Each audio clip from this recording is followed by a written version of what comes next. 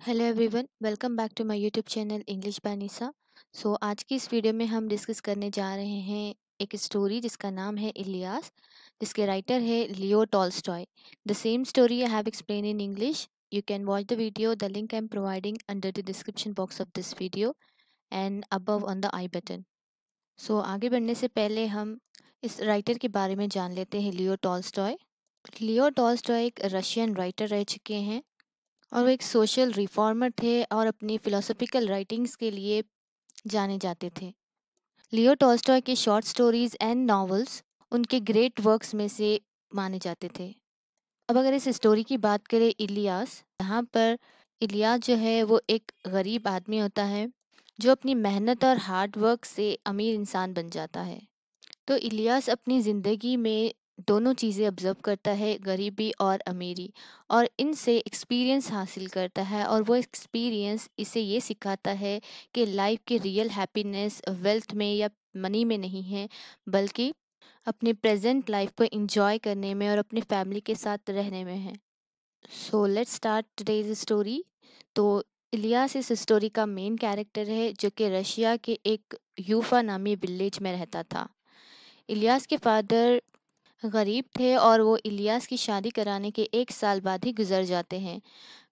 उस वक्त इलियास के पास सिर्फ 7 mares, 2 cows and 2 dozens of ship होते हैं। मगर इलियास अपनी मेहनत से बहुत ही कम वक्त में बहुत कुछ हासिल कर लेता है। तो इलियास क्या करता है, वो सुबह से लेकर शाम तक अपनी वाइफ के साथ में काम करता है। वो सुबह सुबह सबसे पहले उठ जाता था और सबसे पहले अपना काम शुरू कर देता था। रात को सब काम खत्म होने के बाद लेट सोता था और उसकी मेहनत का फल उसे यूँ मिला कि हर साल उसकी प्रॉपर्टी में तरक्की होती जाती थी। अब 35 इयर्स तक पूरी लगन और मेहनत के साथ काम करने के बाद वो एक लार्ज प्रॉपर्टी का ओनर बन जाता है और यूफा रीजन के अमीर लोगों में उसका जिक्र किया जाता है। उसे अमीर लोगों में से एक माना जाता है क्योंकि अब इलियास के पास 200 हॉर्सेस है, 150 हेड्स ऑफ कैटल्स है एंड 1200 ऑफ शीप्स है। इलियास के पास बहुत सारे मेल एंड फीमेल वर्कर्स भी है जो इलियास के लिए काम करते हैं। फीमेल वर्कर्स इलियास के लिए क्यूमिस, बटर और चीज़ बनाती हैं और मेल वर्कर इलियास के जानवरों की देखभाल करते हैं। तो इलियास की इस अमीरी के चर्चे यूफा में फैल जाते हैं और दूर दूर से लोग इलियास से मिलने के लिए आने लगते हैं। जो भी इलियास के पास आता, इलियास उनकी मेहमान नवाजी में कोई कमी नहीं करता था। वो खुले दिल से सबका वेलकम करता था। इलियास उनके सामने क्यूमिस, टी, शरबत एंड मटन सर्व करता था। हमेशा जब भी कोई मेहमान आता तो इलियास उनके लिए अपने बकरे को स्लॉटर करता था। ही स्लॉटर अ sheep। और अगर कुछ ज़्यादा मेहमान हो जाए देन ही स्लॉटर 2 sheep। और कभी कभी ही स्लॉटर अ mare। यहाँ पर लोग इलियास की इस तरक्की को देखकर जलने लगते हैं और कहते हैं कि इलियास के पास तो सब कुछ है, इलियास बहुत ही लकी है, वो बहुत ही ज़्यादा खुशकिस्मत है। अब उसे किसी भी चीज़ के लिए रोने या परेशान होने की ज़रूरत नहीं है। जो भी उसे ज़िंदगी में चाहिए था उसने सब कुछ हासिल कर लिया है। अब बात करें इलियास की फैमिली की, तो इलियास की फैमिली में उसकी एक वाइफ है जिसका नाम है शैम शिमाकी, जो कि अपने हस्बैंड के साथ पूरी डेडिकेशन के साथ काम करती है। And the couple had 2 son and 1 daughter. तो इलियास इन सब की शादी करा देता है। जब इलियास के बच्चे गरीब होते हैं तब वो अपने फादर के साथ, इलियास के साथ उठकर अपना सारा काम कर देते थे। फिर जब वो अमीर हो जाते हैं तो वो बुरी आदतों में फंस जाते हैं। इलियास का जो बड़ा लड़का होता है वो शराब पीना शुरू कर देता है और किसी से लड़ाई के दौरान उसकी डेथ हो जाती है। अब इलियास का जो दूसरा बेटा है उसकी शादी एक एरोगेंट वुमेन से हो जाती है और हमेशा उसे अपने पेरेंट्स के खिलाफ भड़काती रहती है। तो इलियास क्या करता है, इन्हें एक हाउस और कुछ कैटल देकर उन्हें सेपरेट कर देता है। अब यहाँ से इलियास का डाउनफॉल स्टार्ट होता है। कुछ सालों बाद इलियास के शिप में कुछ डिजीज़ आ जाती है जिसकी वजह से इलियास के बहुत सारे शिप मर जाते हैं। देन उसके साथ ही उस इलाके में यूफा रीजन में सूखा पड़ जाता है। जिसकी वजह से उसके बहुत सारे कैटल मर जाते हैं। इसके अलावा किर्गिज़ जो है वो जो कि एक चोर है, वो इलियास के सबसे अच्छे मेयर्स को चुरा लेता है, उसके सबसे अच्छे हर्ड ऑफ हॉर्सेस को चुरा लेता है।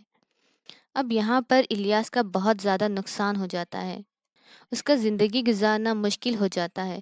तो इलियास क्या करता है, वो स्लोली स्लोली अपनी सारी चीज़ें बेचना शुरू कर देता है, जैसे कि टेंट, कारपेट्स, फर्स एंड सैडल्स। अब इलियास बहुत बूढ़ा हो चुका है। अब ना तो इलियास काम कर सकता है और ना ही कहीं जा सकता है, क्योंकि जो उसकी एक बेटी थी वो भी मर चुकी है और एक बेटा था जो बड़ा, वो भी मर चुका है। और जो दूसरा बेटा था जो उससे अलग हो चुका था, वो भी कहीं दूर जा चुका था। अब इस कपल के पास सिवाय उन कपड़ों के जो वो पहने हुए थे कुछ नहीं था। जब इलियास अपनी बीवी के साथ अपना घर छोड़कर जा रहा होता है, तभी इलियास का नेबर जिसका नाम है मोहम्मद शाह, वो उन्हें मिलता है और उनसे कहता है कि Ilyas, you and your wife can stay with me, कि तुम और तुम्हारी वाइफ मेरे साथ मेरे घर पर रह सकते हो। अब ये जो मोहम्मद शाह है वो तो ना ही बहुत ज़्यादा अमीर था और ना ही बहुत ज़्यादा गरीब, एक मॉडरेट मैन था, जिसको इलियास की इस कंडीशन पर बहुत ज़्यादा दुख होता है और वो इलियास की उस हॉस्पिटैलिटी को याद करता है जब इलियास अमीर था। तो इसी के चलते इलियास को वो वेलकम करता है अपने घर आने के लिए और कहता है कि तुम और तुम्हारी वाइफ मेरे साथ मेरे घर पर रहो। समर सीजन में तुम और तुम्हारी वाइफ मेरे मिलन गार्डन में काम करना और विंटर में तुम्हारी वाइफ क्यूमिस और बटर बनाया करेगी और तुम मेरे जानवरों को चारा खिलाना। मैं तुम्हें रहने के लिए घर और खाने के लिए खाना और पहनने के लिए कपड़े दूंगा। अगर इसके अलावा तुम्हें किसी भी चीज़ की ज़रूरत हो तो तुम मुझसे मांग लेना। अब इलियास यहाँ पर मोहम्मद शाह का शुक्रिया अदा करता है और अपनी वाइफ के साथ मोहम्मद शाह के यहाँ पर लेबर बन जाता है, उसके अंडर काम करने लग जाता है। शुरू शुरू में यहाँ पर शाम शिमागी एंड इलियास, इन दोनों को काम करने में बहुत ज़्यादा मुश्किल होती है, लेकिन स्लोली स्लोली वक्त के साथ साथ उन्हें काम करने की आदत हो जाती है। एक दिन मोहम्मद शाह के पास कुछ रिलेटिव्स मिलने आते हैं मोहम्मद शाह से और उनके साथ उस यूफा रीजन का मुल्ला भी होता है। यहाँ पर मोहम्मद शाह उनके सामने ख्यूमिस, टी एंड शरबत पेश करता है, उसके बाद मटन सर्व करता है। जब वहाँ से इलियास अपना काम ख़त्म कर कर गुजर रहा होता है, तब इस एक गेस्ट की नज़र इलियास पे पड़ती है और वो मोहम्मद शाह से पूछता है कि ये वही इलियास है ना जो कि कभी अमीर हुआ करता था और अब वो तुम्हारे पास काम कर रहा है। उन्हें बड़ा ताज्जुब होता है और वो कहते हैं कि ये ज़िंदगी का एक उसूल है कि that Fortune turns like a wheel, one man it lifts another it sets down, कि ये ज़िंदगी का उसूल है कि इंसान की जो पोजीशन है वो हर बार सेम नहीं रहती। अगर वो आज अमीर है तो वो कल गरीब हो जाएगा। और वो यहाँ पर मोहम्मद शाह से पूछता है, क्या इस इलियास को अपनी गरीबी पर दुख नहीं होता? क्या उसे अपने खुशी वाले दिन याद नहीं आते कि जब वो अमीर था? तो मोहम्मद शाह इलियास को बुलवाता है और गेस्ट उससे वही सवाल दोहराते हैं। तो यहाँ पर इलियास कहता है कि अगर मैं आपको इस बात का जवाब दूँ तो आपको मेरी बात पर यकीन नहीं होगा। इससे बेहतर होगा कि आप मेरी वाइफ से ही पूछ लें।